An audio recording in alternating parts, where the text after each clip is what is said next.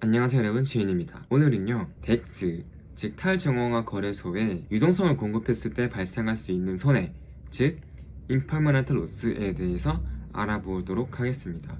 원래는 유니썸 영상에서 이 임퍼머넌트 로스를 다뤘어야 했는데 그러지 못해가지고 보충 영상을 찍어서 이렇게 업로드 하겠습니다. 우선 유니썸에 대해서 다시 한번 리캡하고 넘어가겠습니다. 이름에서 보시듯이 CPMM은 Constant Product, 즉 곱이 일정한 공식을 쓰고 있기 때문에 두 코인의 수량, 만약에 A라는 코인의 수량을 X라고 하고요, B라는 코인의 수량을 Y라고 한다면 X 곱하기 Y가 특정한 상수인 K가 되도록 만드는 그런 알고리즘입니다. 예를 들어서 어떤 거래소에 이더리움과 오미세고를 교환할 수 있는 풀이 있다고 가정해봅시다. 이때 이더리움과 오미세고의 교환비가 50대 1이라고 해봅시다. 즉 55미세고로 1 이더리움을 교환할 수 있다면 풀에는 그 교환비만큼의 코인이 존재해야 돼요. 이 예시에서는 10개의 이더리움과 500개의 오미세고가 있어가지고 이 두 수량의 곱이 5000으로 맞춰지는 그런 상태를 가지고 있다고 가정해봅시다. 이때 어떤 사람이 이 덱스에 와가지고요 1 이더리움을 오미세고로 바꾸고 싶은 거예요. 그러면 이 사람이 1 이더리움을 이 풀에다가 넣죠. 그러면 이더리움의 개수가 11개가 되고요. 오미세고의 개수는 상수인 K를 맞춰야 되기 때문에 11분의 5000이 돼가지고 454.5개가 되게 됩니다. 그러면은 상수인 K는 여전히 5000으로 일정하게 맞춰지게 되고요. 그러면 이 사람이 1 이더리움으로 받을 수 있는 오미세고의 개수는 원래 있던 500개에서 지금 변한 양 454.5를 뺀 45.5개를 받을 수 있는 겁니다. 비록 이 45.5개가 마켓의 교환비보다는 조금 덜 받는 거긴 하지만은 거의 마켓과 비슷한 양의 오미세고를 받을 수 있고, 그리고 이 풀이 훨씬 크다면 이 사람은 거의 이런 손해를 보지 않고 오미세고를 받을 수 있을 거예요. 이렇게 거래하게 일어나는 손해를 슬리피지라고 부르거든요. 이 덱스에서는 그 풀에 공급된 코인의 양이 매우 중요하고 그 양이 많아야지만 이 슬리피지가 크지 않게 코인을 교환할 수가 있어요. 이 슬리피지는 덱스에서는 프라이스 임팩트라고도 부르더라고요.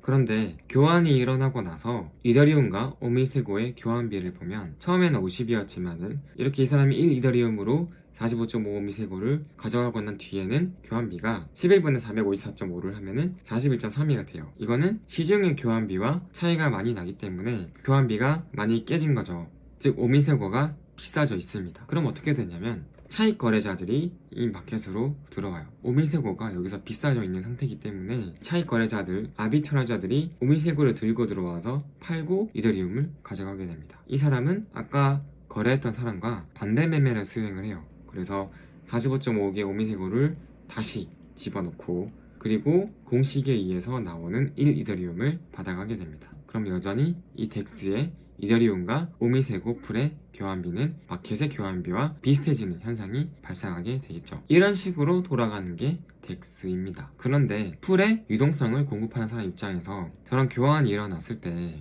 시중에 있는 마켓의 교환비가 변하지 않으면 상관이 없는데요, 변했을 경우에 유동성 공급자들은 어떤 손해를 보게 됩니다. 그걸 우리가 임퍼머넌트 로스, 줄여서 IL이라고 부르고요. IL이 어떻게 발생하는지를 살펴볼게요. 예를 들어서 스테이트 1에서 이더리움의 가격이 50불이었고요. 그리고 풀에는 이더리움이 10개, USDT, 즉 스테이블 코인이 500개 해서 K 값이 5000이 되는 풀이 있었다고 가정해 봅시다. 그러면 이 사람이 가지고 있는 자산은 총 20 이더리움 혹은 1000 USDT가 될 거예요. 그런데 상황이 변해서 마켓의 이더리움의 가격이 40불로 떨어졌다고 가정해 봅시다. 그러면은 비율상 원래 이더리움의 가격 혹은 교환비의 80%가 됐다고 볼 수가 있고요. 이때 이더리움과 USDT가 각각 어떻게 되는지를 살펴보면 이더리움은 11.18개가 되고요, USDT는 447.2개가 돼요. 인베리언트, 즉 K값은 여전히 5000이고 풀에서는 두 토큰의 가치가 동일하기 때문에 2를 곱하면 자기의 총 자산이 되는데요, 환산하면은 22.36개의 이더리움 혹은 894.4개의 USDT를 갖고 있게 돼요. 그런데 만약에 이 사람이 처음에 있던 10개의 이더리움과 500개의 USDT를 풀에 넣지 않고 그냥 들고 있었다면 얼마가 되는지를 보면 500은 그대로 살아있고요, 10개 곱하기 40불 하면은 400불이죠. 그래서 900불이 되게 됩니다. 그냥 들고 있으면 900불인데 풀에 넣어서 유동성을 공급하면은 894.4불이 되죠. 약 5.6불 정도를 손해를 보게 되고요, 비율상으로는 0.62%의 손해를 보게 됩니다. 그럼 반대로 이더리움의 가격이 올랐다고 가정해 봅시다. 50불에서 62.5불이 됐어요. 그러면은 비율상 50불에서 125%가 된 거거든요. 이때 이더리움의 개수를 계산해보면 8.94개가 되고요. USDT의 개수를 계산해보면 559.02기가 돼요. 이걸 환산해보면 17.88 이더리움 혹은 1118.03 USDT가 되고요. 이게 이 풀의 유동성을 공급한 사람의 자산이 됩니다. 만약에 처음에 갖고 있던 자산을 그대로 들고 있었다면 원래 500불에 이더리움 10개 곱하기 62.5불을 하게 되면은 1125불이 되죠. 그러면 역시 이 풀에 유동성을 공급하는 게 그냥 들고 있는 것보다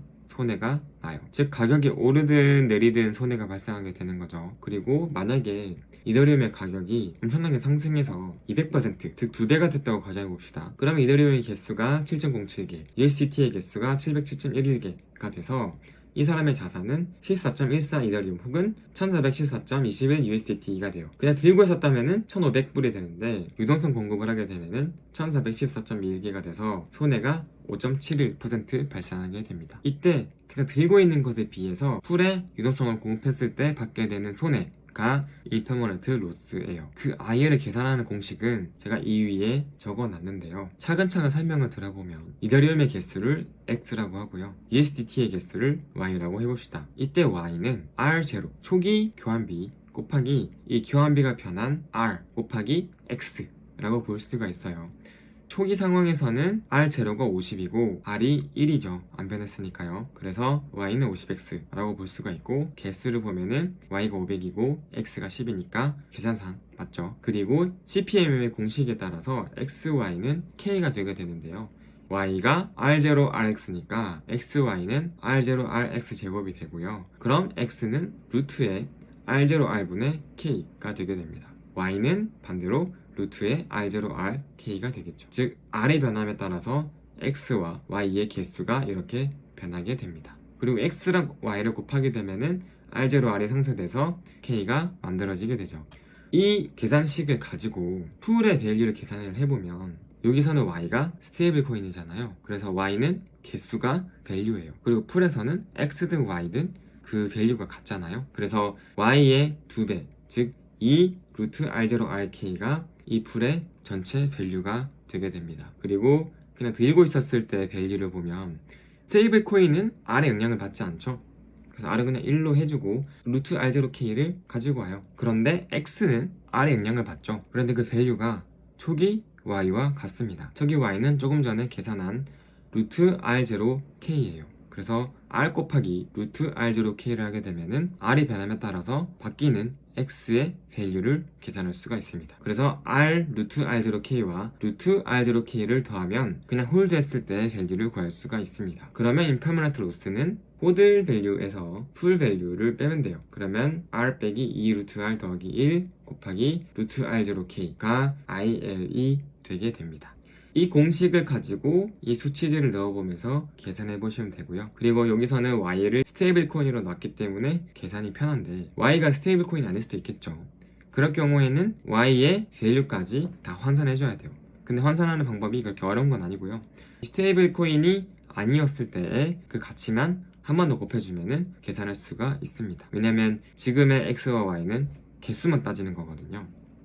그래서 이 수식을 가지고 그래프를 한번 그려보면요. 우리가 로스 레이시오라는 거를 그릴 수가 있어요. 아까 R 빼기 2 루트 R 더하기 1 루트 R0K가 IL이었는데 이 IL이 내가 그냥 들고 있는 밸류에 비해서 어느 정도의 손해인지를 알아보려면 1 빼기 홀드 밸류분의 IL을 해주면요. 이 공식이 나오고요.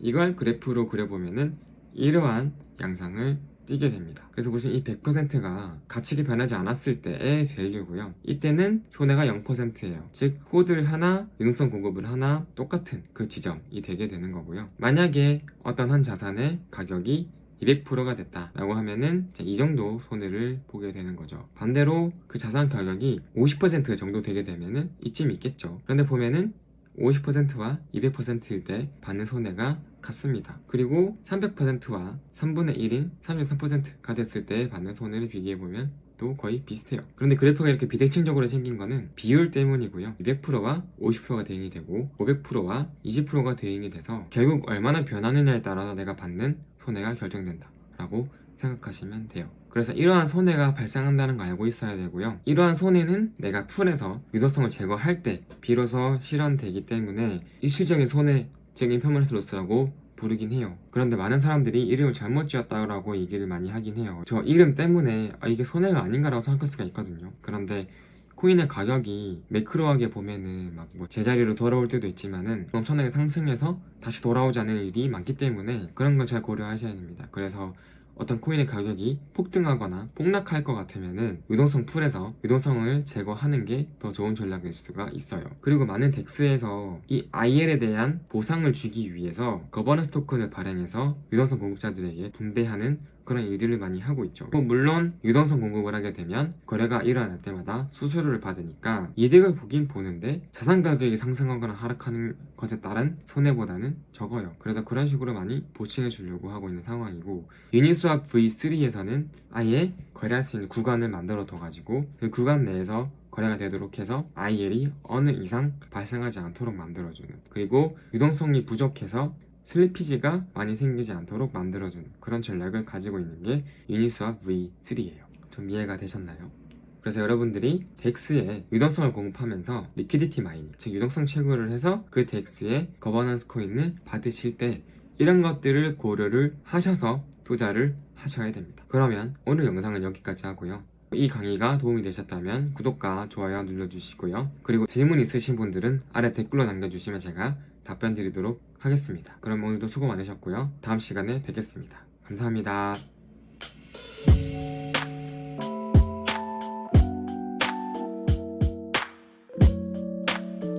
Yo, it's for you.